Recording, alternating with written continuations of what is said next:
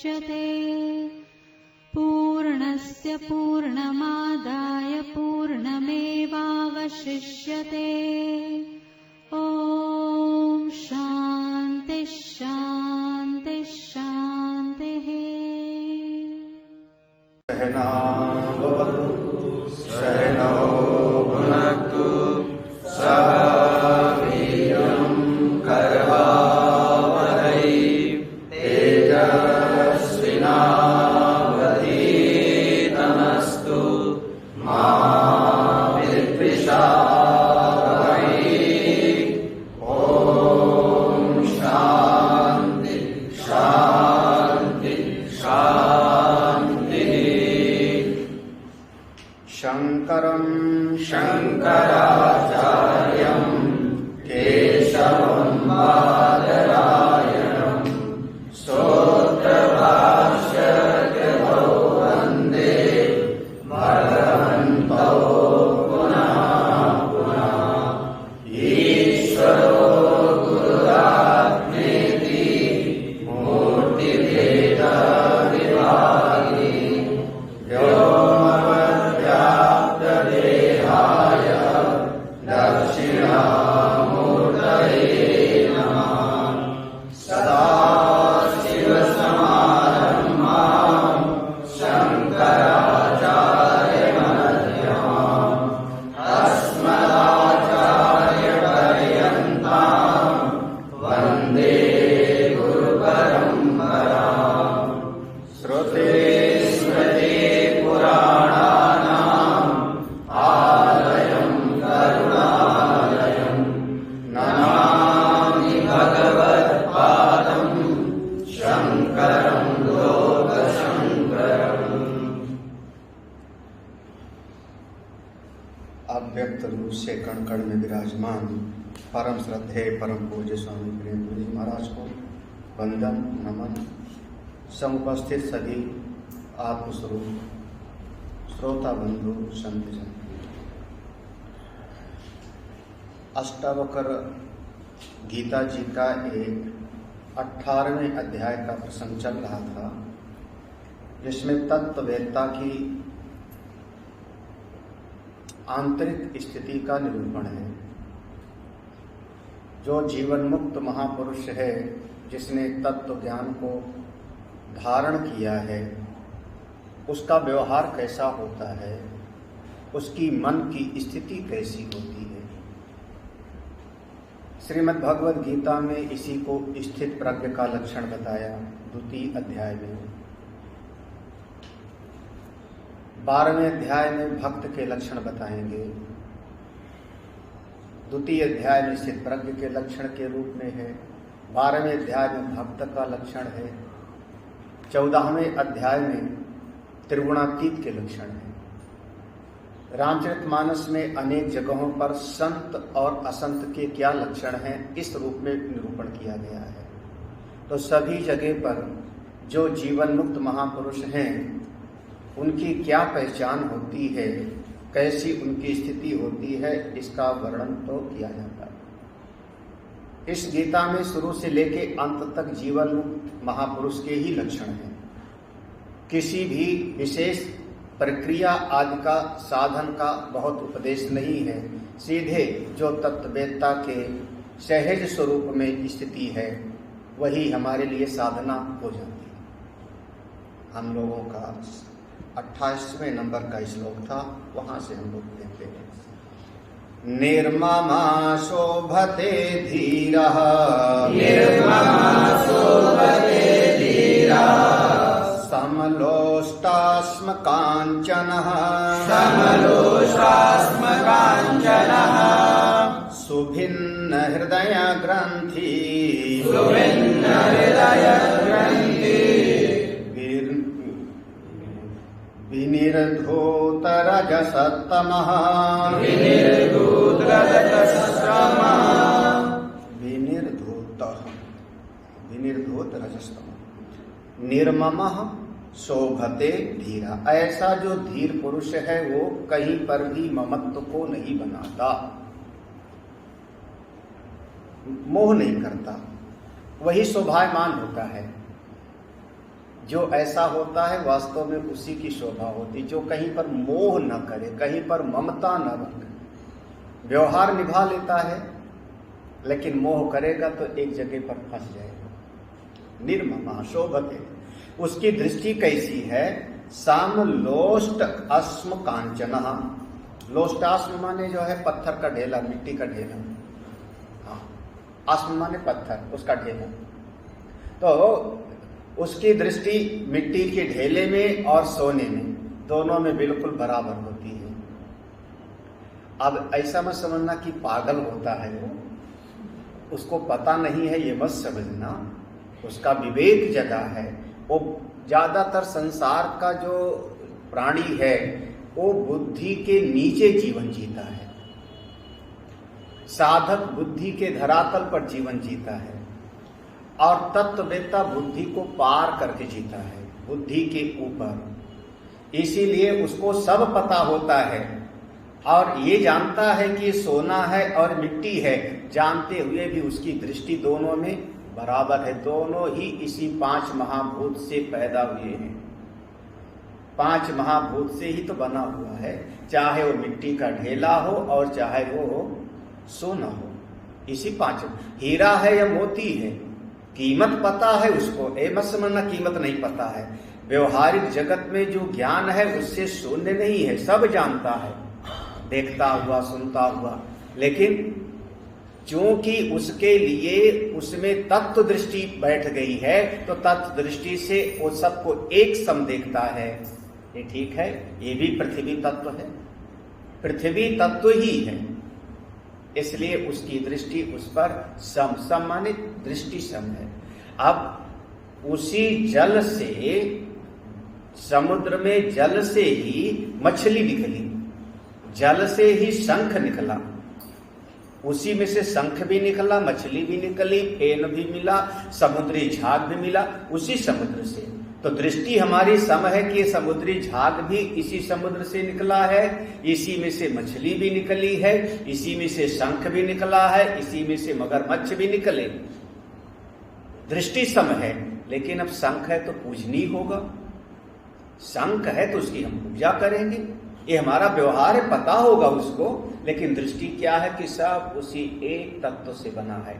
एक नूर ते सब जग उपज्या, बस उस एक दृष्टि में है, बाकी व्यवहार यथा योग। अब आपकी थाली में 10 प्रकार का भोजन रखा है, चावल भी है, दाल भी है, सब्जी भी है, तमाम तरह की सामग्री रखी है, तो हमारी दृष्टि में सम होता है कि सब भोजन है। हमारे भूख की निवृत्ति करेगा, हमारे मन को खुश करेगा, शरीर का पोषण होगा, ये दृष्टि में है। हाँ, सब भोजन है। लेकिन अब उसको पता होता है कि ये दाल है कि मिठाई है। अभी मिठाई है तो हमको शुगर है तो नहीं खाएंगे, ये पता होता है उसको, अज्ञात नहीं है। लेकिन दृष्टि क्या है? सबका सब भोजन है। बिल्कुल उसी प्रकार से सम लोष्टास्म कांचना। अब ऐसा मत समझना कि महात्मा जी जो है सोने का माला पहने हुई है तो महात्मा नहीं है। हाँ, जितना हमारे मंडलेश्वर लोग सोने का गहना पहनते, आप लोग नहीं पहनोगे, होगा नहीं किसी लोग घर में। तो एक हमारे यहाँ गोल्डन वाला, हरिद्वार में एक गोल्डन बाबा मशहूर थे। गोल्डन, अब वो ब्रह्मलीन हो गया, शरीर उसका छोड़ गया। 20-25 किलो सोना पहने रहते थे, 20-25 किलो पहने रहते थे। और हरिद्वार से कांवड़ लेकर के जाते थे गाजियाबाद दिल्ली की तरफ, उधर के जल चढ़ाते थे। उनके साथ पूरा सुरक्षा का व्यवस्था चलती थी। तो ये ऐसी बात नहीं है कि उनको पता नहीं होता, हम सब पता है, लेकिन दृष्टि सब में बिल्कुल सम लोष्टास्म का। सुभिन्न हृदय ग्रंथि, सुभिन्न अच्छी प्रकार से, सुभिन्न माने बहुत अच्छी, भिन्न टूट गई है, सब छिन्न भिन्न हो गई हैं। कौन सी? हृदय ग्रंथियां। उनके हृदय की ग्रंथियां बहुत अच्छी तरह से टूट गई, छिन्न भिन्न हो गई हैं। कैसे महापुरुष हैं जी, और हैं कैसे? विनिर्धूत, अपने भीतर से रजोगुण और तमोगुण को उन्होंने धू कर दिया है, जला दिया है, भस्मीभूत कर। 2 गुण, तमोगुण और, लेकिन देखो सत्वगुण बना हुआ है, क्योंकि शरीर है तो सत्वगुण ही तो होगा ना। अगर तीनों गुण गायब हो जावे तो शरीर रहेगा नहीं। सत्व गुण है तो शास्त्र का चिंतन करेंगे, स्वाध्याय करेंगे, भगवान की आराधना करेंगे। तो सत्व गुण को हम पोषित करते हैं और रजोगुण तमोगुण को पूरी तरह से भस्मीभूत कर देते हैं। ऐसी उनकी स्थिति है। यह जो हृदय ग्रंथि है बड़ी प्रसिद्ध है। जड़ चेतन ही ग्रंथि परि गई यद्यपि वृषा छूटत कठिन। इसको सरल भाषा में समझने के लिए महाराज श्री समझाते थे कि मैं हूं चेतन, मैं हूं चेतन, और मेरे अतिरिक्त जितना कुछ ये जगत बना है 5 महाभूतों से, माया से, प्रकृति से, वो सब है जड़। मैं चेतन हूं, बिल्कुल इसमें कोई संदेह नहीं किसी को भी, मैं चेतन हूं। और प्रकृति से ये जितना आकाश, वायु, तेज, जल, पृथ्वी और उससे नाम रूपात्मक जगत बना, ये सब का सब जड़ है। तो ये शरीर भी जड़ है और मेरा अंतःकरण आदि भी जड़ है। अब होता क्या है, मैं तो हूं चेतन, लेकिन हमने अपने कर्मेंद्रियां जितनी हैं उन कर्मेंद्रियों के साथ में अपने आप को जोड़ दिया, बांध दिया, और कर्मेंद्रियों को का जो कार्य है उसको अपनी मान बैठे।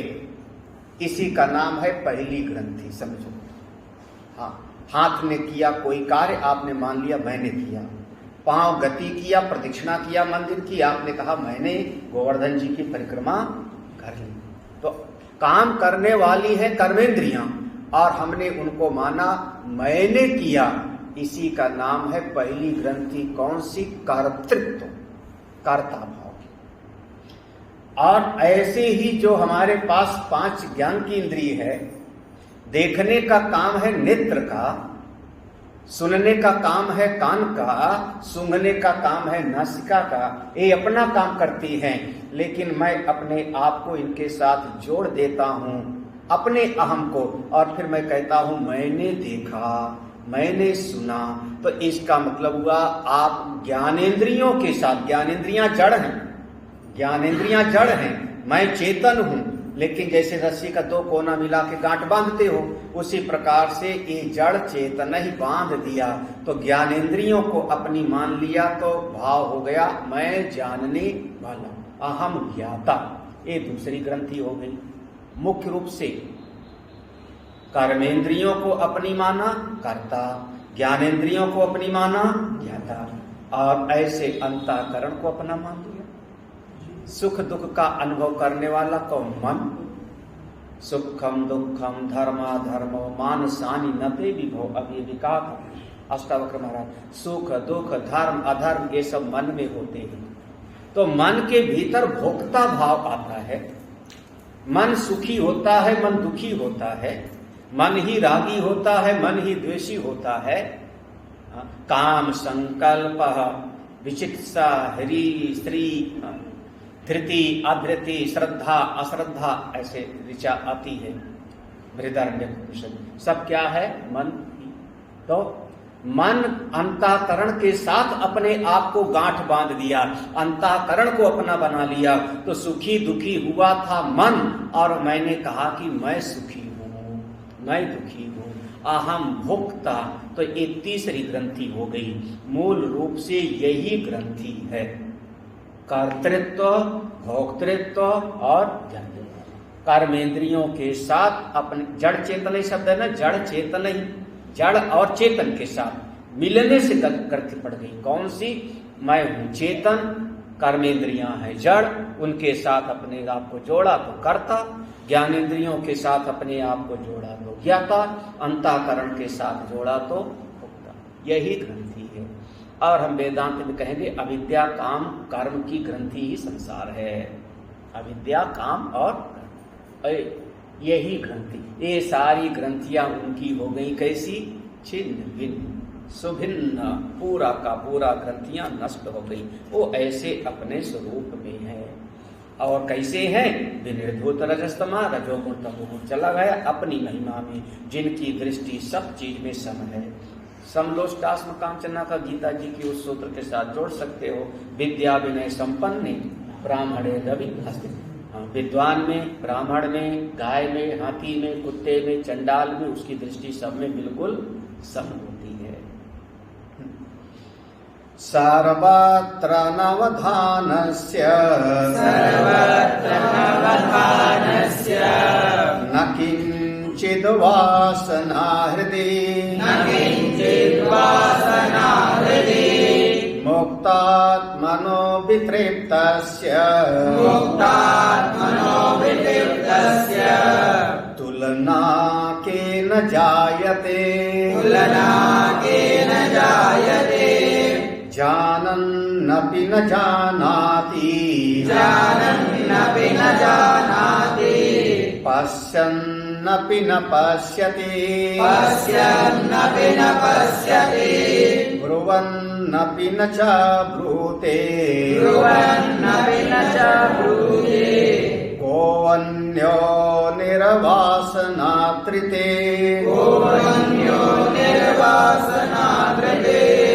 सर्वत्र अनवधानस्य, बहुत बढ़िया शब्द है। सर्वत्र, सर्वत्र माने संपूर्ण जगत में, ये सारे जगत में सर्वत्र अनवधानस्य, अनवधानस्य माने अनवधान, अवधान कहते हैं रख देना। अवधान माने होता है जैसे हमने स्थापित कर दिया, जैसे आचार्य लोग जब हवन कराएंगे तो पहले अग्नि देवता का उसमें स्थापना कराएंगे, आवाहितो भव, पूजितो भव, स्थापितो भव, तो उसको कहते हैं अन्वधान, स्थापित करना। आपने घट में किसी चीज को अच्छी तरह से दूध को रख दिया, तो ऐसे ही महापुरुष का जो नाम है अनवधानस, अनवधानस माने वो अपने अंतःकरण को कहीं पर रखते नहीं, देखते हैं लेकिन अपने चित्त को वहां पर बिठा नहीं देते, ना उस चीज को अपने चित्त में लाते हैं, ना चित्त को वहां बिठाते हैं। नहीं समझा रहा? अनवधानस जैसे देखो, आप बाजार में गए, एयरपोर्ट पर गए, चलो बंबई का एयरपोर्ट देखा हो, बहुत बड़ा है, हाँ, एक डोमेस्टिक भी, ये भी। बंबई में चले जाओ, पूरी मार्केट है, पूरी मार्केट है। उस मार्केट में तमाम तरह की चीज बिकती है, बहुत तरह की चीज। आप एक तरफ से गुजरते चले गए, देखते देखते, इधर से देखते चले गए, उधर से देखते चले गए। अब आप केवल आंख से देखे, बाजार लगी है, आंख से देखे, ना तो आपने कुछ खरीदा, ना किसी का आपने मोल भाव किया, ना रेट पूछा, चुपचाप आप चले गए। हो सकता है बाद में आपको याद भी नहीं। तो क्या हुआ? आपने देखा तो सब, लेकिन अपने मन को किसी दुकान में आपने रखा नहीं। ठीक है ना? अच्छा, अब मान लो आप कहीं पर बाहर, वहीं सड़क पर, वहीं पर एयरपोर्ट पर एक कुर्सी पे बैठ गए, और कुर्सी पे बैठ गए और बार बार उस दुकान की तरफ देखो, वो वाली चीज बहुत अच्छी लग रही है, वो शोकेस में जो दिखाई पड़ रही बहुत अच्छी लग रही है, तो आप कर क्या रहे हो? अब अपने मन को वहां पर आप ले जाके स्थापित कर दिए ना। आप दुकान के अंदर नहीं हो, आप बैठे हो वहां कुर्सी पर, इंतजार कर रहे हो, लेकिन मन को कहां बिठा दिया? उस दुकान में। तो वहां पर आपने मन को ले जाके रख दिया, वो वाली चीज बहुत अच्छी है, वहां कॉफी बढ़िया मिल रही है, वहां पर ये चीज बढ़िया मिल रही है, तो आपने मन को वहां पे रख दिया। हो सकता है थोड़ी देर में आप दुकान पर गए, किसी चीज को देखा, पसंद आई, लेकिन उसका कीमत महंगी थी, आपको लगा कि बाजार में ज्यादा सस्ते में नहीं लिया, वहां से चले आए। अब चले आए तो अपने मित्र के साथ उसकी चर्चा करते, वो चीज बहुत अच्छी थी, वो चीज थी तो बढ़िया, बाजार में लेंगे जरूर। क्या हुआ? अब आपने उस विषय को अपने मन में बाकायदा, ठीक है ना, समझना, आप बाहर है तो या तो मन आप विषयों में भेज देते हो, और या विषय आपके मन में आके बैठ जाते, और आप संसार में फंस जाते हो। तत्ववेत्ता की स्थिति क्या है कि ना तो विषय मन में बिठाता है, और ना तो मन को विषयों में बिठाता है, बस देखता है दुनिया से गुजरा हूं, बस तलबगार नहीं हूं, बाजार से गुजरा हूं पर खरीदार नहीं, बस देखता है। और भैया क्या ईश्वर की लीला, वाह वाह, हाँ, कितनी मौज है, प्रभु का जादू है। तो ऐसा महापुरुष सर्वत्र अनवधानस्य, स्पष्ट है, ना मन को किसी विषय में बिठावे, ना विषयों को अपने। अच्छा, ना किंचित वासना हृदय, देखो उसी बात को, ना किंचित, अब उसके चित्त में किसी भी प्रकार की वासना नहीं होती। अरे वो मिल जाती तो बहुत बढ़िया, वो कपड़ा मिल जाता तो बड़ा अच्छा रहता, वो वस्तु मिल जाती तो बहुत अच्छा, ऐसा किसी प्रकार की उसके भीतर। क्यों ऐसा है? क्योंकि वितृप्तस्य, वो अपनी आत्मा में ही विशेष रूप से तृप्त है, अपने स्वरूप में ही वितृप्तस्य, विशेष रूप से बहुत अच्छी प्रकार से अपने भीतर तृप्त है आत्मा। मैं तो नित्य शुद्ध बुद्ध हूं, अमृत स्वरूप हूं। ऐसे मुक्तात्मनों की तुलना के न जाते, ऐसे जो मुक्त जीवन मुक्त महापुरुष हैं उनकी महाराज कोई दूसरी तुलना हो नहीं सकती। आप पूछो ये जीवन मुक्त किसके जैसे होते हैं? महापुरुष किसके जैसे होते हैं? किसके जैसे? तो उपमा हम देते हैं, उसके सादृश्य कोई वस्तु होती है तो उसके जैसे कोई वस्तु होती है तो हम उसकी उपमा, गाय कैसी होती है तो अपने कहा नील गाय के जैसे, नील गाय के जैसे। आप किसी चीज की उपमा उसी के जैसे कोई चीज होती है तो आप उसकी उपमा तुलना करते हो। हाँ, जैसी चाय आज बनी है ना, ये वैसी चाय नहीं है जैसी उस दिन मित्र के यहाँ पिए थे। तो आपने जो मित्र के यहाँ चाय का अनुभव किया था और अभी कभी चाय का अनुभव कर रहे हो, अब वो वाला स्वाद इसमें नहीं आ रहा है, तो आपने दो चीजों का तुलना किया जो पहले उसी के। आप चाय की तुलना आप खिचड़ी से नहीं करोगे, हाँ, समान चीज। अब ऐसा महापुरुष जिसका अनिर्वचनीय स्वरूप है, उसके जैसा दूसरा कोई है ही नहीं, किससे तुलना करोगे जी? हाँ। भगवान की किससे उपमा दो? राम जी कैसे हैं? वामन भगवान के जैसे। नरसिंह भगवान कैसे हैं? 12 भगवान के जैसे। सब भगवान है ना, 24 भगवान है ना। दत्तात्रेय जी कैसे हैं? राम जी के जैसे। कपिल भगवान कैसे हैं? कृष्ण के जैसे। बलराम जी कैसे हैं? परशुराम के जैसे।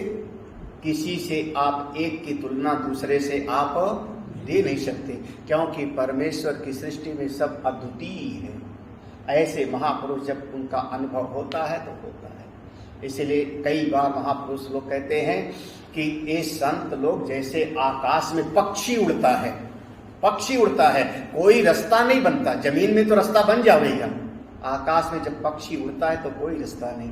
ऐसे जब महापुरुष लोग अपने परमात्मा तक पहुंचते हैं तो कोई रास्ता नहीं रहता। सबको अपनी अपनी साधना करनी है, अपना अपना अनुभव करना है, अपनी अनुभूति में जाना, कोई तुलना नहीं हो सकती। कैसे हैं? अब एक बहुत प्रसिद्ध है उपनिषद की जो ऋचाएं हैं, उसी के आधार पर है। पांव नहीं है और चलता है, वाणी नहीं है और वो बोलता है। अपाणी पादो मनसो जदीया, अपाणी पादो, जिसके हाथ नहीं है, पांव नहीं है और मन से भी तेज गति से वो चलता है। ये उपनिषद का मंत्र है ना। और इसी के आधार पर रामचरितमानस में लिखा, बिनु पग चलई सुनई बिनु गाना, कर बिनु करम करई विधि नाना, आनन रहित सकल रस भोगी बिनु बानी। उपनिषद का सिद्धांत है, उसी के आधार पे भागवत में है, शास्त्र में है। भगवान ने गीता में कहा, देखते सुनते हुए भी नई किंचित करोमिति युक्तो मन्येति तत्त्वविद्। उसी बात को यहाँ पे कहते हैं, जानन अपि न जानाति। तत्ववेत्ता कैसा है? ऐसा महापुरुष कैसा है? सब देखता है, जानता है और कुछ भी क्यों? क्योंकि ये जानता है कि ज्ञानेंद्रियां जानती हैं, मैं तो नित्य आत्मा हूं। जानने का काम किसका? ज्ञान। और उसकी ग्रंथि टूट गई है, याद रखना, ग्रंथि अब भंग हो गई है। अब वो नहीं कहता मैं जान रहा हूं। अगर ये कह दे कि मैं जान रहा हूं तो इसका मतलब मैं चेतन और ज्ञानेंद्रियों के साथ उसकी हो गई। तो जानन, इंद्रियों का काम है जानना, मैं तो आत्मा। जानन अपि न जानाति, पश्यन अपि न पश्यति, देखते हुए भी वो देखता नहीं। ब्रुवन अपि, ब्रुवन माने एक कर्मेंद्री होगी, ब्रुवन अपि कर्मेंद्री है, पश्यन अपि एक ज्ञानेंद्री है और जानन अपि अंतःकरण है। बुद्धि का काम होता है, अंतःकरण का काम जानना। तो देखो तीनों हो गया, न ब्रुवन अपि न ब्रुवते। कर्मेंद्रियां काम करती हैं वाक पाणिपाद सब, लेकिन फिर भी वो कुछ करने वाला नहीं, क्योंकि तीनों की ग्रंथियां, देखो ये तीनों को जोड़ देना, ब्रुवन अपि न चब्रूते, माने कर्मेंद्रियां सब ले लो इसमें। जैसे वाणी है, वाक पाणी पाद पाई उपस्थ, ये पांचों कर्मेंद्रियां एक करती हैं और फिर भी वो कुछ नहीं कर रहा। पश्यन अपि न पश्यति, ये पांचों ज्ञानेंद्रियों को ले लो। आंख है, यहाँ पर दिया देखते हुए भी, तो श्रोत्र भी ले लो, स्वाद की इंद्री भी ले लो, सब का सब देखते जान, और जानन अपि न जानाति, अंतःकरण को ले लो। अंतःकरण सब जानता है, अनुभव करता है, फिर भी वो नहीं जानते, क्योंकि वहां से तादाद उनका टूट चुका है। ऐसे महापुरुषों का को अन्य निर्वासनातरिते, ऐसे महापुरुष महाराज को अन्य कौन है दूसरा ऐसा, निर्वासना जिनके भीतर की सारी वासनाएं मिट गई हैं, रिते परम सत्य की बात है, ऐसा कौन है जी? कोई बिरला होता है, कोई बिरला होता है। हम कह सकते हैं भगवान राम रोते हुए भी नहीं रोते, हाँ। भगवान कृष्ण मथुरा छोड़ के जाते हुए भी नहीं जाते, हाँ। द्वारका गोकुल छोड़ के, ब्रज छोड़ के जाते हुए भी, ब्रज छोड़ के गए कि नहीं गए? इस पर बड़ी जो है लड़ाई है वृंदावन में। भगवान कृष्ण वृंदावन छोड़ के गए कि नहीं? हाँ, तो ब्रज के जो भक्त हैं वो कहते हैं बिल्कुल नहीं गए। पूछा फिर कंस को मथुरा में किसने मारा, जरासंध से लड़ाई किसने किया, द्वारका किसने बसाई? बोले भगवान की छाया गई थी। भगवान मेरा कन्हई कहीं नहीं जाता। वृंदावनम परित्यज्य पाद में कम न गच्छति, वृंदावन छोड़ के एक कदम भी भगवान अब हम कहेंगे जाते हुए भी वो नहीं जाते। चलो अगला। भिक्षुर्वा भूपतिर्वापि, भिक्षुर्वा भूपतिर्वापि, यो निष्कामा स शोभते, यो निष्कामा स शोभते, भावेषु गलिता यस्य, भावेषु गलिता यस्य, शोभन शोभनामति, शोभन शोभनामति, क्वा स्वच्छन्द्यं क्व संकोचः, क्वा स्वच्छन्दं क्व संकोचः, क्वा वा तत्त्वविनिश्चयः, क्वा वा तत्त्वविनिश्चयः, निर्व्याजार्जवभूतस्य, निर्व्याजार्जवभूतस्य, चरितार्थस्य योगिनः, चरितार्थस्य योगिनः। ऐसे जो योगी होते हैं, योगिनः, ये है उनका संबोधन, जो विशेषण, जो योगी होते हैं, जो तत्ववेत्ता हैं, जीवन मुक्त। कैसे? भिक्षुर्वा भूपतिर्वा की लो, भिक्षुर्वा एक दिन भिक्षा मांग रहे थे, भिक्षाम देहि भवति भिक्षाम देहि, भिक्षा मांग रहे थे, बिल्कुल सही बात, कोई बात नहीं। तो उनके अंतःकरण में क्या दीनता का भाव था? भिक्षा मांगते समय उनके अंदर कोई ग्लानि थी? बोले भिक्षुर होते हुए भी वो सम्राट है। और दूसरे दिन बड़े सिंहासन पे बिठा के उनका स्वागत सत्कार हो रहा था, भूपतिर्वा, चाहे भिक्षा मांगना पड़े और चाहे सम्राट पे रहे। उनके अंतःकरण में ना तो सम्राट बनने पर हर्ष और ना ही भिक्षा मांगने।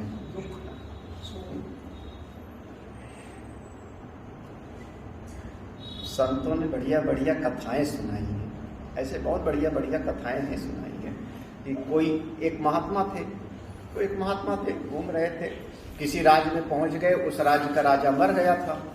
सब ने कहा महात्मा जी को ही राजा बना दो। हाँ, महात्मा जी को कहा महाराज आप राजा बन जाओ। बोले चेष्टते शुष्क पर्वत, वो जो तत्ववेत्ता होता है पत्ते के जैसा ना, सूखे पत्ते के जैसा बना दो भैया, हम कौन सा मना करते हैं। महाराज उनका सिंहासन बिठा के राज्याभिषेक कर दिया गया। कल तक भिक्षा मांगते थे गली गली में, आज राज्याभिषेक हो गए, राजा बन गए।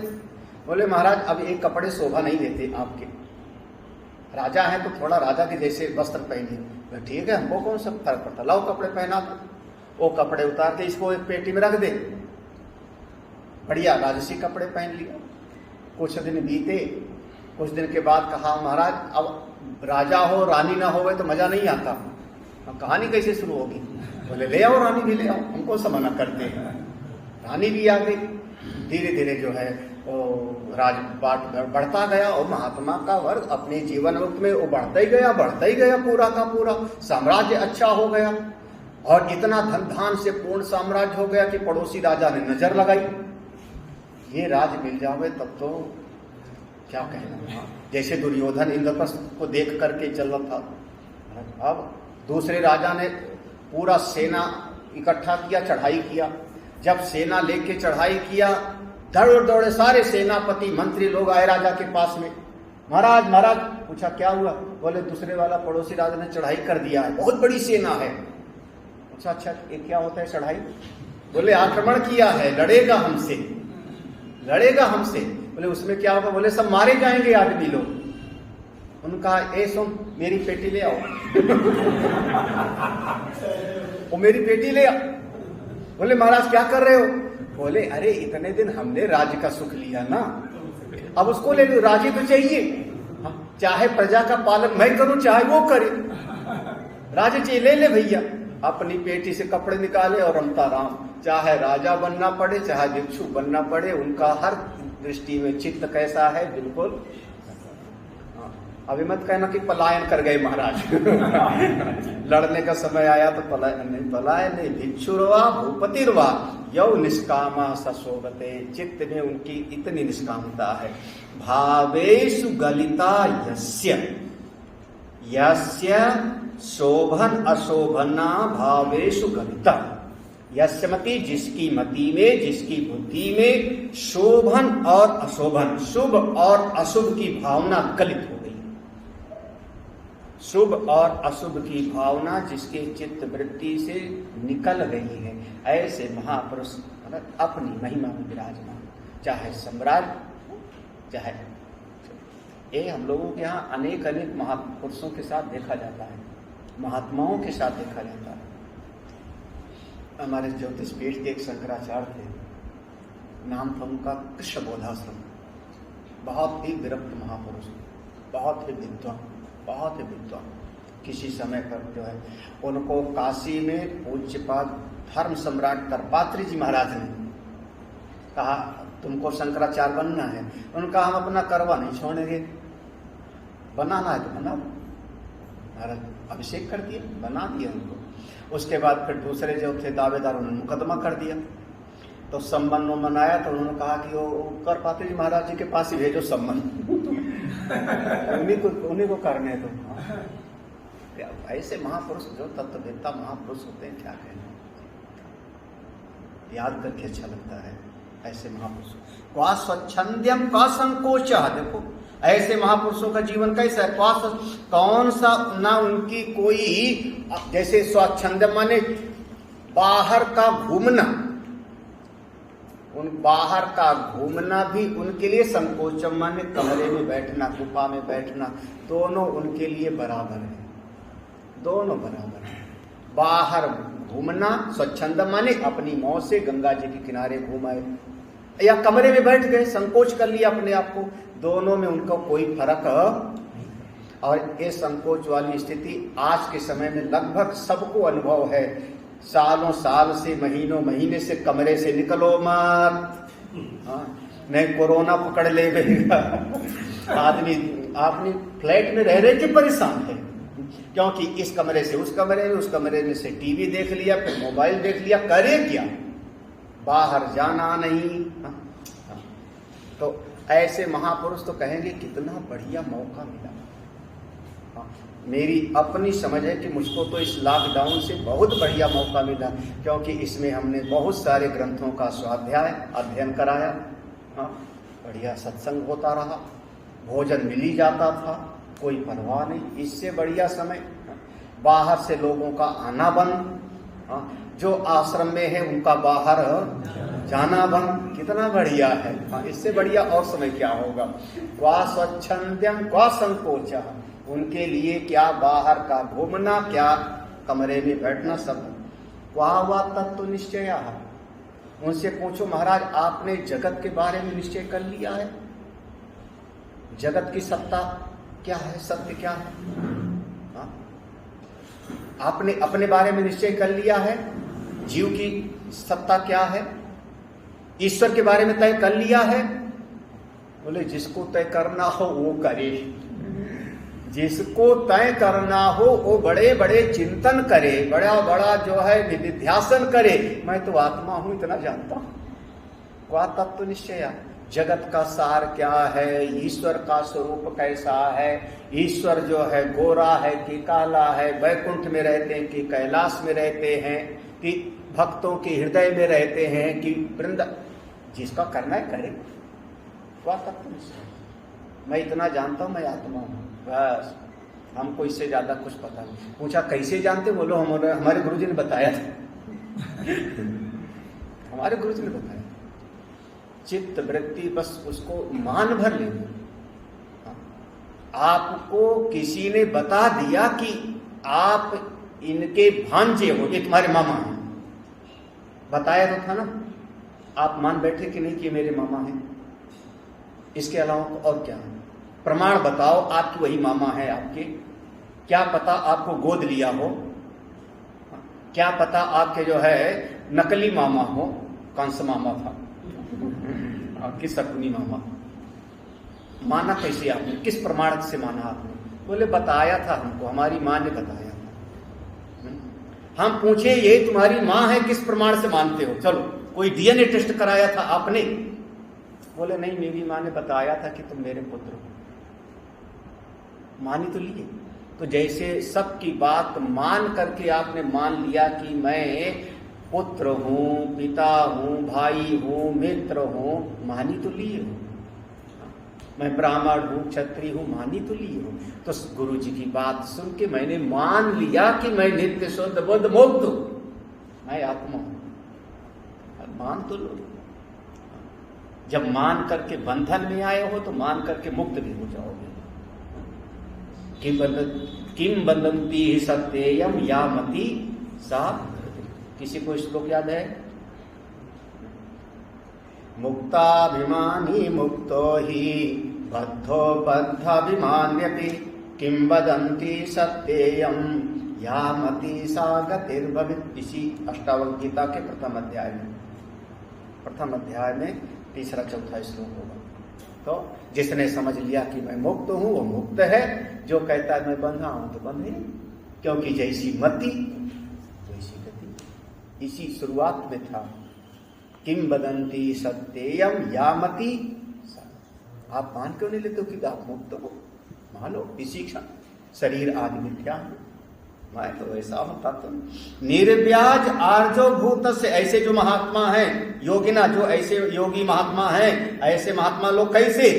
निर्व्याज आर्जो भूत। निर्व्याज माने उनके भीतर कोई निर्व्याज माने दिखावापन नहीं होता, छल कपट नहीं होता। आर्जो माने सरलता होता है। ऐसे महापुरुष लोग अपनी महिमा में चरितार्थ से मतलब चरित अर्थ, जो वास्तविक अर्थ माने प्राप्त करने की इच्छा, जिसको चाहता है जीव। जैसे पुरुषई अर्थते, पुरुषार्थ, पुरुष जिसको चाहे वो पुरुषार्थ। तो अर्थ माने जिसको हम चाहते हैं। ऐसे महापुरुष जो चाहते हैं उसमें उनका जीवन चल रहा है, चरितार्थ। जो जीव चाहता है उनमें, उस अवस्था में उनका रमण है, अपनी अवस्था का अनुभव है, चरितार्थ। ऐसे योगी महापुरुष लोग कहते हैं इस शास्त्र के अनुसार अपने जीवन को अच्छा बनाए। आत्मविश्रांति तृप्तेन निराशेन गतार्तिना अंतर्यद अनुभूये तत्कथं कस्य कथ्यते सुप्तोऽपि न सुषुप्तौ च स्वप्नेऽपि शयितो न च जागरेऽपि न जागर्ति धीरस्तृप्त धीरस्पृक्ता पदे पदे, धीरस्पृक्ता पदे पदे, आत्म विश्रांति तृप्ति, जो अपने भीतर ही विश्राम कर रहा है। पायः पूर्ण विश्राम। विश्राम माने विशेष रूप से श्रम चला गया। कहां पर? जब अपने घर में कोई बैठ गया। अपने घर से बाहर किसी को जाना पड़े तो अपने घर से, अपने कमरे से बाहर किसी को जाना पड़े, मित्र के यहाँ, रिश्तेदारी, चाहे जितनी बढ़िया व्यवस्था हो, बढ़िया से बढ़िया कमरा हो, भोजन की व्यवस्था हो, लेकिन मन के भीतर थोड़ा सा बेचैनी लगती है, थोड़ा बेचैनी, क्योंकि ठीक से कपड़े पहन के बैठना पड़ेगा, पता नहीं वहाँ की कौन सी बात है, मर्यादा का पालन करना पड़े। जब आदमी अपने घर में आया घूम फिर के, अपने घर में शायद टूटी खाट हो, ठीक से व्यवस्था भी ना हो, लेकिन चारों तरफ से सब जगह घूम के आया, अपने कपड़े यों उतारा और लुंगी लगाई और बैठा, उसने कहा विश्राम, अब चैन मिला। वहां तो मेहमान जब बन के गए थे तो बड़ी बढ़िया व्यवस्था थी। बोले वहां व्यवस्था बढ़िया थी, विश्राम मिलता है कहां पर? अपने घर में। ऐसे ही आत्म विश्रांति तृप्ति, जो अपने घर में बैठ गया वही तृप्त होगा। कौन सा अपना घर? कौन सा अपना घर? जो आपका अपना है, अपने आत्म स्वरूप जो बैठ गया। निरासेन गतार्थिना, अब उसको संसार में किसी से कोई आशा नहीं। निरासेन माने किसी से कोई आशा नहीं रखता। महामंत्र है, याद रखना है, देहाती हमारा वाला, लिखा पढ़ा है तो वैसे लिखा है, आगते स्वागतम कुर्यात् गच्छन्तम न निवारयेत्। ये लिखा पढ़ा है बिल्कुल, आगते स्वागतम कुर्यात् गच्छन्तम न, बार बार बोलते रहो इसको। महामंत्र है, क्या है? आगते, आवे स्वागत करो, जाने लगे मना मत करो। बहुत बढ़िया। कौन कौन? चाहे अनुकूल परिस्थिति, चाहे प्रतिकूल, चाहे अच्छे लोग, चाहे बुरे लोग, चाहे निंदा, चाहे स्तुति। आगते आता है, एक बढ़िया, बहुत बढ़िया, आओ आओ थोड़ा तुम्हारा भी देख लेते हैं। जाने लगे तो, क्योंकि कुछ टिकने वाला नहीं ना। जब सुख ही नहीं टिका तो दुख का टिकेगा। जब अच्छे लोग ज्यादा दिन नहीं टिके तो खराब लोग भी कैसे टिके? बहुत बढ़िया है। निरासेन, निरासेन माने कोई आशा नहीं। फिर गतार्तिना, चिल्लाते नहीं हो। गत आर्तिना, आर्तिना माने आर्त, जैसे आर्त कहते हैं ना, भगवान के भक्त होते, आर्त माने कष्ट में पुकारने वाला, आर्त माने हाय हाय मैं मर गया तो उनका क्या हो गया? गत आर्तिना, भीतर का दुख सबका सब, रोते नहीं।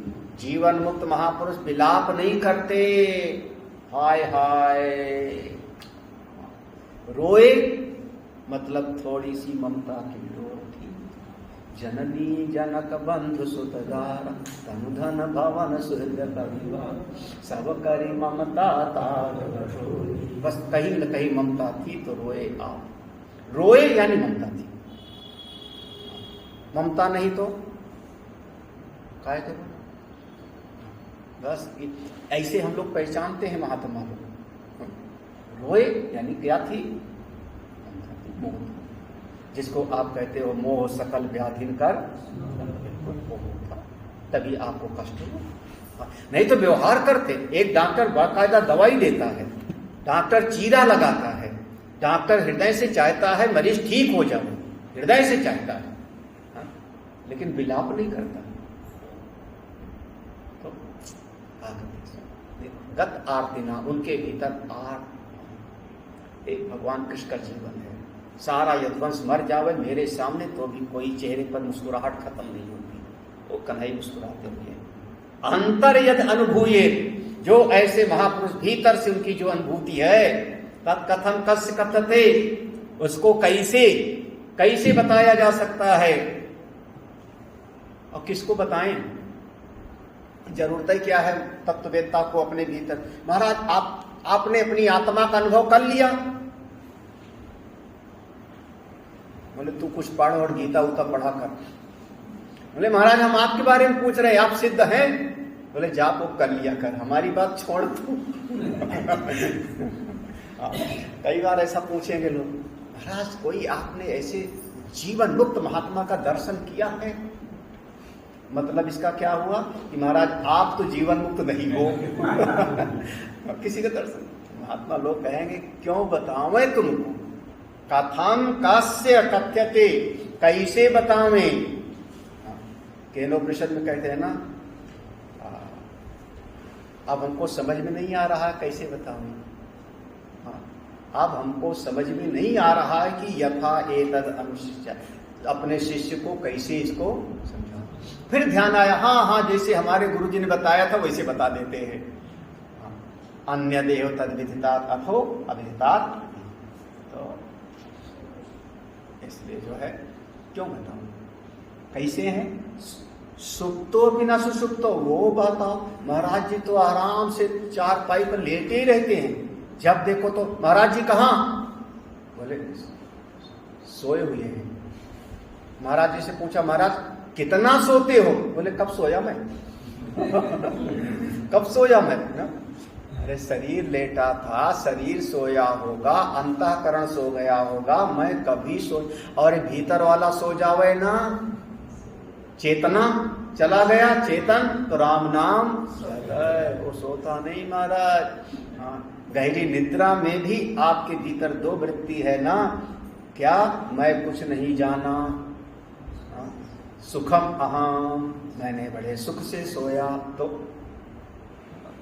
सुख तो स्वप्ने विषय तो न चा, लो ये कौन करे, स्वप्ने अपि, देखने पर भी वो कुछ नहीं देखते,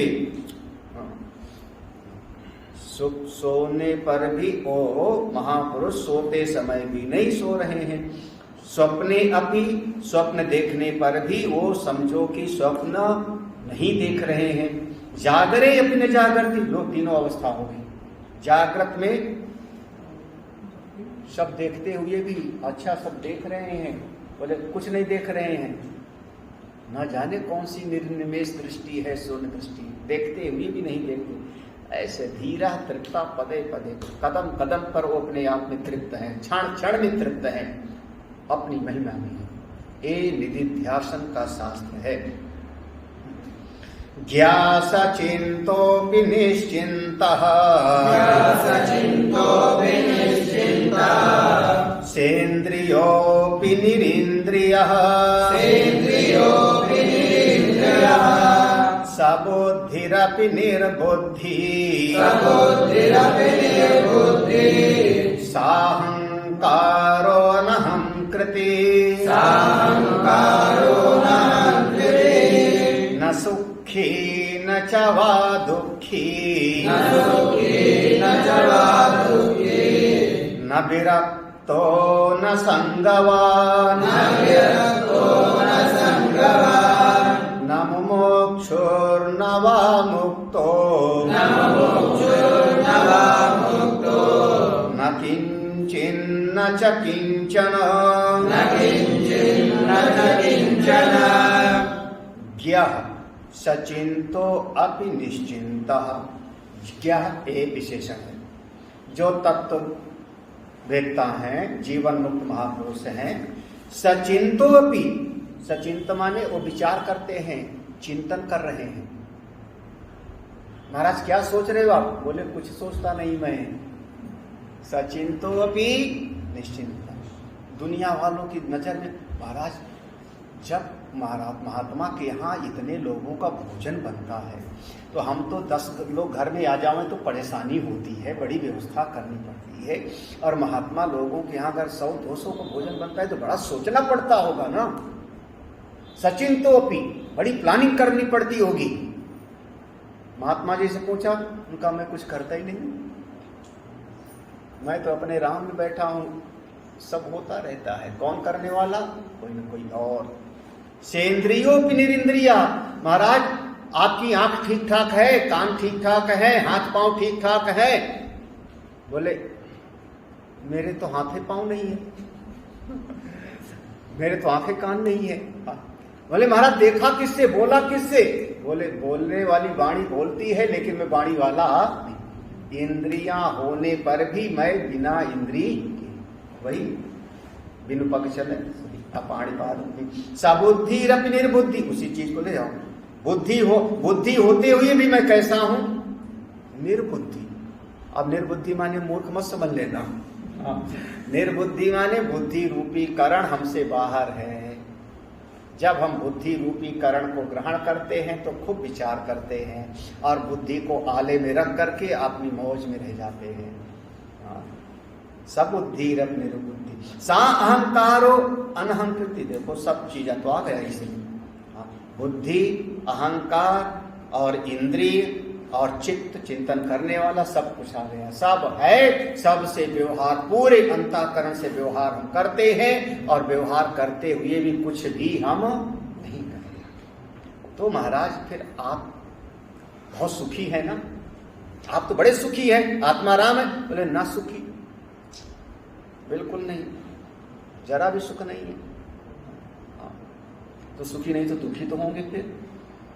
बोले नहीं, यही तो गड़बड़ी है, तुम लोग सुखी होते हो फिर दुखी होते हो। बस डामाडोल रहते हो, फुटबॉल की गेंद के जैसे, इधर गए उधर गए, उसने मारा लात उधर गए, उधर उसने मारा लात उधर गए। आप लोग फुटबॉल की गेंद मत बनना, महात्मा लोगों को बिल्कुल नहीं बनना चाहिए। लेकिन बनोगे फुटबॉल की गेंद कब बनोगे? जब 2 लोगों के साथ, 4 लोगों के साथ बैठ करके पंचायत करोगे, तब फुटबॉल की गेंद बन जाओगे। आपको पता भी नहीं। वो कुछ बातें करेगा, आपके चित्त में ऐसी बात डाल दिया कि बस आपको किक लगे, फिर दुखी हो। बिल्कुल नहीं। कैसे? मैं न सुखी हूं न दुखी हूं। सुखी हूं तो फिर दुखी होने के लिए तैयार रहना, फिर दुखी हूं तो सुखी होने के लिए तैयार रहना। मैं तो एक द्वंद्व के परे हूं। सारे द्वंद्व मिट गए हैं। कौन कौन? भोग, प्यास, जन्म, मृत्यु, सुख, दुख, हानि, लाभ, विजय, पराजय, सब हमारे चित्त से निकल चुका है। ना सुखी ना दुखी। अच्छा, तो महाराज आप बड़े बैरागी हो। बोले ना विरक्त ना संगवान, ना मैं विरक्त हूं और ना मैं भीड़ में हूं। भीड़ भी मेरी नहीं है और बैराग तो महाराज फिर तो आप या तो साधक होंगे, बड़े मुमुक्षु हैं, बड़े मुमुक्षु हैं। हाँ ना, यही भी मत कहना, मुमुक्षु भी तो मुक्त हो गए, संसारी नहीं तो मुक्त हो गए। बोले ये भी आपकी कल्पना है। कारिका याद करो, कारिका। न निरोधो न चोत्पत्ति न बद्धो न साधक न मुमुक्षुर न वै मुक्ता इत्येषा परमार्थ। यही परमार्थ सत्य है। परमार्थ सत्य है। ना मुमुक्षु ना वै मुक्ता। सपने में गुरु जी बैठे थे। गुरु जी ज्ञानी है, मुक्त है। कहां पर? सपने। और 25 उनके पास शिष्य लोग बैठे थे। गुरु जी बढ़िया समझा रहे थे, शिष्य लोगों को बात समझ में आ रही थी। शिष्य कौन है? मुमुक्षु। वो 25 जो शिष्य बैठे हैं मुमुक्षु, जो प्रवचन कर रहे हैं सपने में, वो कौन? तत्ववेत्ता महापुरुष। और जब सपना टूट गया तो ना रहे गुरु जी और ना रहे ना मुमुक्षु ना वह मुक्ता। बस अब आप लोग मत समझ लेना आप गुरु जी वगैरह नहीं, फिर तो हमारा टूट गया सपना। अभी तो जरा से में डामाडोल हो जाते हो, अभी बहुत दिल्ली दूर है। साधना करते रहो। ना किंचन न च किंचन। अरे तो महाराज आप कुछ तो हैं, कुछ तो हैं। बोले ना किंचन, नहीं कुछ नहीं है, कुछ नहीं है जी। ना ज्ञानी हो, ना सुखी हो, ना दुखी, कुछ तो है। बोले नहीं कुछ। तो महाराज मतलब फिर आप कुछ भी नहीं हो, फिर कुछ नहीं हो। तो उन्होंने कहा ना च किंचन। ऐसी बात नहीं कि मैं कुछ नहीं भी हूं। ये भी नहीं कह सकता हूं कि कुछ नहीं हूं और ये भी नहीं कह सकता हूं कि कुछ मैं। बस नो न वेदेति वेदचा। ऐसी स्थिति। विक्षेपे विक्षेपेऽपि न विक्षिप्तः समाधो न समाधिमान् जाड्योऽपि न जडो धन्यः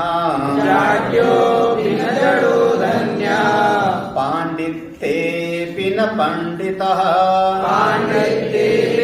पंडितः मुक्तो यथा स्थिति स्वस्था मुक्तो यथा स्थिति स्वस्था कृतकर्तव्य निर्वृतः कृतकर्तव्य निर्वृतः समा सर्वत्र वै तृष्णा समा सर्वत्र वै तृष्णा न स्मरति कृतं कृतं न स्मरति कृतं कृतं। अष्टावक्र महाराज साफ साफ कहते हैं, जनक महाराज विक्षेपी बिना विक्षिप्ता तत्ववेता वो महापुरुष हैं जिनकी बुद्धि में कभी विक्षेप भी दिखाई पड़ा फिर भी विक्षिप्त नहीं है। कभी समाधौ कभी समाधि लगाते हैं फिर भी समाधि से पड़े हैं। जाट्यों पे कभी कोई बात नहीं समझ में आई फिर भी मूर्ख नहीं है। ऐसे कभी बहुत पंडित है, बुद्धिमान है, तमाम मंत्र उनको याद आ जाता है फिर भी पंडित नहीं है। ऐसे जो मुक्त महापुरुष है, मुक्तो यथा स्थिति स्वस्था, अपनी जैसी स्थिति है उसी में स्वस्थ है। कृत कर्तव्य निर्वृता, सारे कर्म तरीके से हो चुके, जो करना था कर लिया। कृत कृत्य, इसीलिए उनका अंतःकरण समा सर्वत्र वै, समाज हमेशा ही प्रत्येक क्षण में उनके भीतर कोई चाह नहीं, कोई तृष्णा नहीं, अपनी महिमा में है। इसलिए ना स्मरति अकृतम कृतम, जो नहीं किया उसका कभी स्मरण नहीं होता। लगता है ईशावास्रुति में कहा गया, ओम कृतो स्मर कृतम स्मर, जो किए हो उसका स्मरण करो। तत्ववेता वहां साधक के लिए है, वहां उस साधक के लिए है जिसका शरीर छूट रहा है। प्राण प्राण प्रयाण समय, उस स्थिति की बात है। और यहाँ पर जीवन मुक्त महापुरुष कुछ स्मरण नहीं करता। कौन सा? जो किया है उसका भी नहीं और जो नहीं हो पाया उसका भी। एक तत्ववेता नहीं कहता अरे इतना कर्तव्य था रह गया, ये था हमको करना था नहीं कर पाए। जीवन मुक्त तो अपनी महिमा में रहता है, सब सपने में टूट गया, सपना टूट गया। इस पूरे अष्टावक्र गीता में अष्टावक्र महाराज का जो वचन है ये अंतिम वचन है। इसके बाद 2 अध्याय जनक महाराज का अनुभूति वाक्यों का। तो ये अंतिम 2 श्लोक और इस अध्याय का सबसे बड़ा अध्याय यही 18वां अध्याय, जिसमें कुल 100 श्लोक हैं। हम लोग आज इसको पूरा कर लेते हैं। न प्रीयते वन्द्यमानो, न प्रीयते वन्द्यमानो, निन्द्यमानो न कुप्यति, निन्द्यमानो न कुप्यति, नैयो द्विजति मरणे, नैयो द्विजति मरणे, जीवने नाभिनन्दति, जीवने नाभिनन्दति, न धावति जनाकीर्णम्, न धावति जनाकीर्णम्, नारण्यम् उपशान्तधि, नारण्यम् उपशान्तधि, यथा तथा यत्र तत्र, यथा तथा यत्र तत्र, समयेवावतिष्ठते, समयेवावतिष्ठते। वन्द्यमानो न प्रीयते, कोई बड़ी वंदना करता है। समाज में तत्ववेता की किसी ने जय जयकार की, महाराज जी की जय हो, बड़े महापुरुष हैं, भीतर से कोई बहुत बड़ी प्रसन्नता नहीं होती। उसका मन अच्छा होगा इसलिए जयकार कर रहा है, उसमें क्या? उसका मन अच्छा होगा इसलिए वंदना कर रहा है, उसका अंतःकरण थोड़ा ठीक ठाक हो, इसमें कोई हमारी बड़ाई थोड़े है। अगर कोई आपकी प्रशंसा कर रहा है तो उसका मन ठीक होगा, मेरी नहीं है, मेरी नहीं। आप लोग जब अपनी मान लेते हो मेरी प्रशंसा कर रहा है, फंस गए आप एक माया जाल में फंस गए। किसकी प्रशंसा? आपने किसी गुण को अपना मान लिया। मैं दया वाला हूँ, 10 लोगों को भोजन कराया था इसलिए सामने वाला प्रशंसा कर रहा है। आप किसी चीज को अपना मान के बैठ गए, फंस गए। और किसी ने बहुत बड़ी आपकी प्रशंसा किया, महाराज आपकी जय जयकार, बहुत अच्छे हो, तेरा इसका मन अच्छा होगा इसलिए प्रशंसा कर रहा है। आज घर में लड़ाई नहीं हुई होगी इसकी, इसलिए प्रशंसा कर रहा है। हम उस प्रशंसा को ग्रहण नहीं करते। क्या बड़ी बात है, आप करके दे। तो दूसरा वाला भी, अब देखो, निंद मानो बिना कुप्यति, अब दूसरा कोई निंदा करेगा तो कोई क्रोध नहीं। क्यों? क्योंकि उसका मन खराब होगा, आज लड़के आया होगा इसलिए जो है उसके मन में कोई राग द्वेष होगा, उसका मन खराब होगा, गंदा मन होगा। जब भैया हमारे पूज्य महाराज श्री माने ओंकारेश्वर के परम पूज्य श्रोत्रिय परम स्वामी रामानंद जी कहते हैं, हाँ, जो खाओगे उसी की डकार आएगी। ये उनका बहुत, जो खाओगे उसी की डकार आएगी। आप सवेरे जो खाए होंगे, दोपहर में जो खाओगे, बाद में डकार आएगा तो उसी की स्वाद आएगा ना। आप लहसुन खाए थे तो उसकी गंध आएगी, डकार, लहसुन प्याज। तो जो आप डकार माने निकल रहा है बाहर, तो जो बाहर निकल रहा है माने वही आप भीतर बिठाए हो। आप निंदा निकल रही तो निंदा भीतर बिठाए हो। तो हम क्यों चिंता करें? ठीक है, इसका मन है, मैं तो अपनी महिमा हूं। प्रशंसा करने वालों से खुश नहीं, निंदा करने वालों से कोई दुश्मनी नहीं। आया राम गया राम। ना ये वो उद्विजति राम मरणे, अरे मरणे जीवने ना ये उद्विजति। मृत्यु और जीवन रहे या मरण काल आ जाए, फिर भी उसके जीवन में कोई उद्वेग नहीं होता। मरणे ना एव उद्विजति, जीवने ना अभिनंदति। जीवन रहने से, जिंदा रहने से कोई लगाव नहीं और मरने से कोई भय नहीं। ये शरीर जिसका है वो समाधि, नारायण का है वो समाधि। उन्होंने दिया है, कोई काम कराना होगा तो कराऊंगा। मैंने, हम लोग भजन गाते हैं, और अब सौंप दिया इस जीवन का, ये केवल भजन है, वाणी का जमा खर्च है। पूरा भजन गा लिया, अब सौंप दिया जीवन का सब भार तुम्हारे। उसके बाद ए चल सब्जी खरीदना है, घर पे मेहमान आए हैं। आप बताओ, अभी तो पूरा जीवन का भार सौंपा, ये बोले, और अब ये करना है वो करना है, तो फिर कहाँ सौंपा हमने? कहाँ सौंपा? हमने सौंप दिया हो जाए। प्रहलाद की जैसी स्थिति, ऐसा महापुरुष।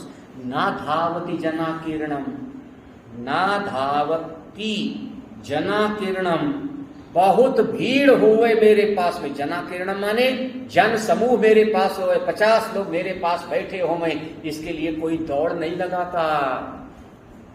आओ फोन करके बुलाएं, ए आ जाओ मेरे प्रवचन में। हमारा एक शिष्य लखनऊ, हमने उसको कह दिया प्रवचन किया कर, थोड़ा घरे पे पढ़ाया उढ़ाया कर। तो घर पे पढ़ाया उढ़ाया करता था गीता का शंकर भाषा। तो जितने भगत लोग थे सबको फोन करके बुलाता था, आ जाओ हमारी क्लास है इस टाइम। नाम केसरी प्रसाद शुक्ला। फोन करके बुलाता था। शायद पाठ भी बंद हो गया, सब हो गया, सत्संग में आना भी बंद हो गया। तो मतलब लोग मेरे पास, अरे जब गुड़ होगा तो चींटियां आएंगी। चींटियों को न्योता देने की जरूरत नहीं पड़ती। क्या वो समझ में आ रहा है कि नहीं? गुड़ होगा तो चींटियां आएंगी। कोई गुड़ ने न्योता दिया था, आओ मुझसे आके लिपट जाओ। हाँ? अपने आप फूल होगा, पुष्प खिला होगा, पराग है तो उसमें मधुमक्खी भंवरे आएंगे। आपकी साधना बोलेगी, आपका ज्ञान होगा, आपके भीतर वो लगन होगी, तो समाज अपने आप दौड़ा आता है जी। वो महात्मा नहीं दौड़ते, आ जाओ मेरे पास मेरा प्रवचन सुनो। तो बहुत बार तो महात्मा ऐसे लोग होते हैं तो कहते हैं मैया तू जाओ, हमको ध्यान करने में बाधा मत दो। ना तो ना धावती जना किरणम, अच्छा ना अरण्यम उपशांत थी। जो ऐसे उपशांत थी, जो महापुरुष जिनका मन शांत है, वो ये भी नहीं कहते अरे यहाँ बैठे हैं 25 लोग आ गए, चलो जंगल में भाग जाओ, हम पीछे आ गए। ठीक है, उनकी मौज है, बेचारे संसार में दुखी हैं, कहाँ जाए, आ गए तो भागते भी नहीं कि नहीं मुझको जंगल में जाना है। ना भागना और ना किसी को, ना त्याग, ना ग्रह, ना हम पकड़ते हैं और ना हम किसी को। क्या बात है, ऐसी स्थिति। हम ये नहीं कहते कि महाराज यहां से जाओ भागो, आश्रम छोड़ो, ये भी नहीं कहते। और ये भी नहीं कहते आओ। जिसकी जरूरत होगी वो आएगा। कुछ भगत लोग हंसेंगे, कहेंगे स्वामी जी आप बहुत डांटते हो, उसको पता है। डांटता हूँ लेकिन भगाता नहीं, भगाया नहीं हूँ। अब कहना नहीं मानेंगे, ना अरण्यम उपशांत थी, ऐसा महापुरुष फिर कैसा है? यथा तथा, जैसा है वैसा ही है। यत्र तत्र, जहां मौज आई वहीं पर। सम एव, बिल्कुल मन उसका शांत रहता है, अपने समत्व से बिल्कुल डावाडोल नहीं होता। अपनी महिमा से हम अपने अंतःकरण की उस प्रशांत अवस्था से कभी डावाडोल नहीं। जनक, जो मुझको बताना था मैं बता चुका हूं। यथेच्छसी तथा, अब जो तुम्हारे मन में हो सो करो, जो बताना था बता। यहाँ अष्टावक्र जी का वचन समाप्त हो गया। अब इसके बाद 2 अध्याय जनक महाराज का अनुभूति वाक्य हैं, हम लोग कल पढ़ेंगे। ओम पूर्णमदः पूर्णमिदं पूर्णात् पूर्णमुदच्यते पूर्णस्य पूर्णमादाय पूर्णमेवावशिष्यते।